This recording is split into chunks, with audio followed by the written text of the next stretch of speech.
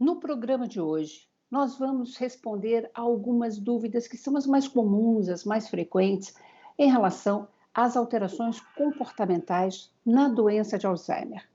Em geral, por exemplo, nós recebemos uma série de perguntas que nós trouxemos aqui hoje uma especialista para tentar nos ajudar e ajudar você que nos assiste.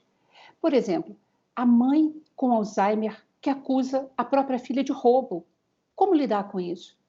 O avô que começa a ficar agressivo, bate, xinga e deixa a família inteira aflita. Como lidar com isso? Por isso, hoje, minha convidada é uma grande especialista exatamente do manejo não farmacológico, a doutora Séries Eloá Ferretti. Eu vou apresentá-la melhor para vocês, que ela tem um currículo maravilhoso. A doutora Séries Eloá Ferretti é enfermeira, pós-doutora em neurologia pela Faculdade de Medicina da Universidade de São Paulo, é doutora em ciências e mestra em neurociências pela Unifesp, Universidade Federal de São Paulo, pós-graduada em gerontologia social, é também pesquisadora do GNCC, Grupo de Neurologia Cognitiva e do Comportamento do HC da Faculdade de Medicina da USP, já foi presidente da Associação Brasileira de Alzheimer Regional São Paulo, é autora do primeiro estudo sobre custos da doença de Alzheimer no Brasil e também faz parte do GRAS, Grupo de Referência em Alzheimer. Super bem-vinda, viu, Séries Ferretti? Obrigada, Lina, por mais uma vez a oportunidade de estar aqui com você, discutindo um assunto que realmente é bastante importante, no sentido de auxiliar os manejos diários das famílias com os pacientes que têm algum tipo de demência em casa. Isso é muito importante. Muito obrigada pelo seu convite. Então, as alterações comportamentais, elas são infelizmente muito frequentes em determinadas fases da evolução da doença, e as famílias ficam muito aflitas em geral nesse cuidado, não sabe como lidar. Então, qual o seu primeiro toque, a primeira dica que você poderia nos dar? A primeira coisa que se deve fazer é observar se há alguma alteração sistêmica. Explicando melhor, se a pessoa tem alguma doença associada, pegou uma gripe, está com uma infecção urinária, tem dor, alguma coisa que ela não consegue falar, né, explicar para a sua família o que está acontecendo, mas ela está sentindo. E isso muitas vezes passa despercebido da família, porque sinais de infecção urinária, por exemplo, são totalmente atípicos no envelhecimento, né? Pneumonias, né? Então, febre, último sinal de infecção, por exemplo. Então, o que acontece é que os pacientes costumam apresentar alterações de comportamento subitamente. Essa talvez o auxílio maior. O Uhum. familiar, ele vai observar quando isso começou, essa alteração de comportamento. Foi de repente? Do nada a pessoa estava bem e de repente começou a mostrar uma alteração qualquer, agitação, delírio, agressividade.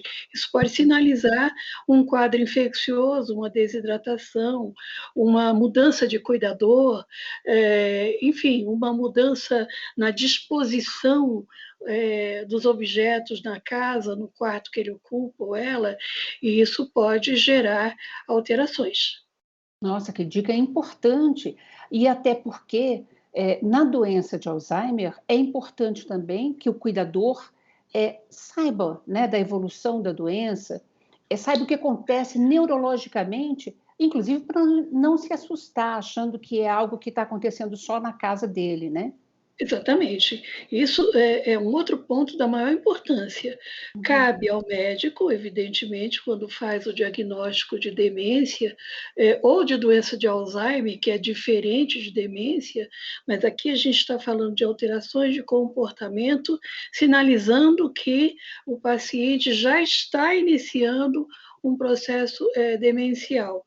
né, em decorrência da doença de Alzheimer. Então, cabe ao médico explicar ao paciente o tipo de demência que o paciente, não, desculpe, ao familiar, o tipo de demência que o paciente tem e a forma como ela evolui, porque existem diferenças de evolução em pacientes com doença de Alzheimer, com demência frontotemporal, com demência vascular. Então, são apresentações diferentes. E a família precisa saber disso até para identificar se isso faz ou não faz parte do quadro evolutivo da doença e quando é necessário conversar com o médico responsável ou com outro profissional que pode auxiliar. Perfeito. Séries, nós recebemos uma série de perguntas. Eu vou começar por perambulação, que é a mais frequente aqui que nós recebemos. Então, assim, o paciente, em geral, fim de tarde, perambula, fica andando, fica muito agitado. O que é isso e como é que o cuidador pode tentar amenizar e controlar esse tipo de situação? A perambulação ela é bastante comum nos pacientes com diagnóstico de demência e quando ela surge e se instala de fato, o paciente está mais numa fase intermediária e ele não é pontual, não é só no início da tarde, começo da noite, que a gente classifica mais como a síndrome do pôr do sol, né, que é uma outra alteração de comportamento. A perambulação, quando ela ocorre, ela é o dia inteiro.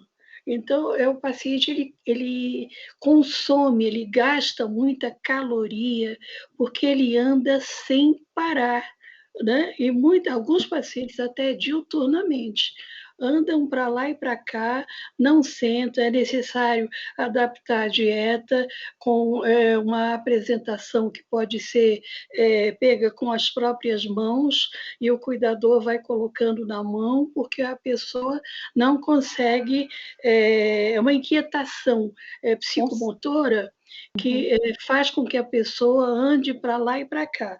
Tá, ela pode estar inquieta simplesmente porque faz parte dessa alteração chamada perambulação ou vagância, né? E ela pode estar inquieta por alguma coisa que ela eventualmente possa estar sentindo, né?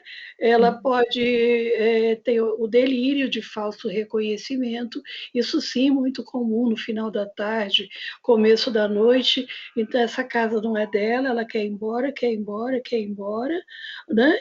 O ambiente ela pode sentir o ambiente hostil para ela, por exemplo, um ou outro membro da família que não está muito bem informado acerca da evolução da doença ou não aceita o que está acontecendo, mostra com as suas atitudes ao paciente que tem alguma coisa errada, isso não é possível, e chama a atenção do paciente frequentemente, isso também pode ser um motivo para que essa pessoa fique mais inquieta e ande para lá e para cá. Fome, novamente, fome, dor, calor, necessidades fisiológicas mal atendidas. Por exemplo, o paciente não foi conduzido ao banheiro no momento certo, ou ele tem uma fralda que precisa ser trocada e a pessoa não consegue falar sobre isso, então ela se inquieta muito e anda realmente para lá e para cá. Agora, é muito esperado isso já na doença. Lembrando, Lina, é importante também, que nem todos os comportamentos vistos, né, listados em instrumentos de avaliação mesmo, comportamental, nem sempre os pacientes apresentam todas as alterações. Um ponto importante que eu acho que deve ser dito aqui é que eu noto já há muitos anos é que o paciente que evolui no quadro demencial num ambiente sereno, num ambiente arejado, claro, em que as pessoas falam baixo, em que as pessoas têm com esse paciente atitudes amorosas, delicadas, falam baixo, o paciente evolui de uma forma muito mais benigna, Uhum, muito mais benigna, e muitos apresentam uma ou outra alteração de comportamento, e quando uhum. isso surge, também é uma forma mais benigna de apresentação da alteração de comportamento.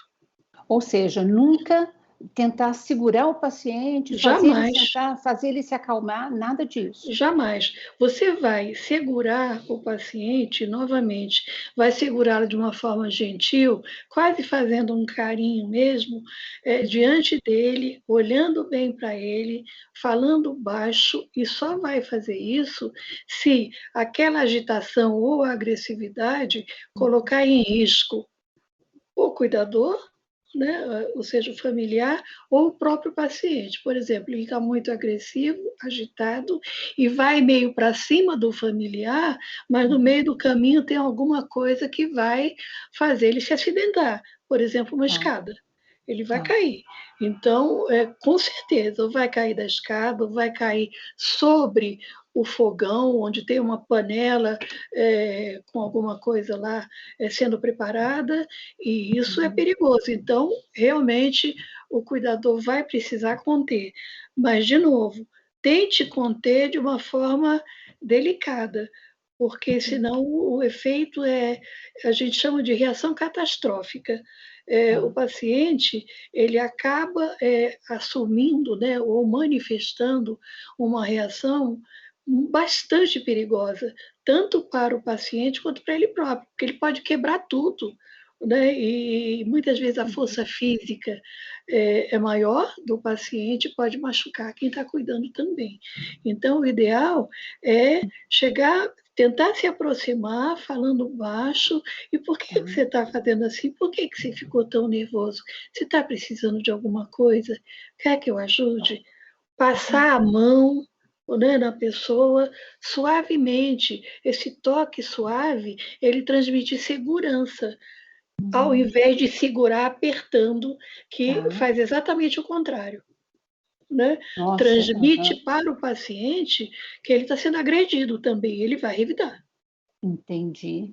Ou seja, é uma forma mesmo importante da pessoa, do cuidador, é saber como lidar para ele não causar mais estresse ainda, né? Como lidar e como se comunicar com ele.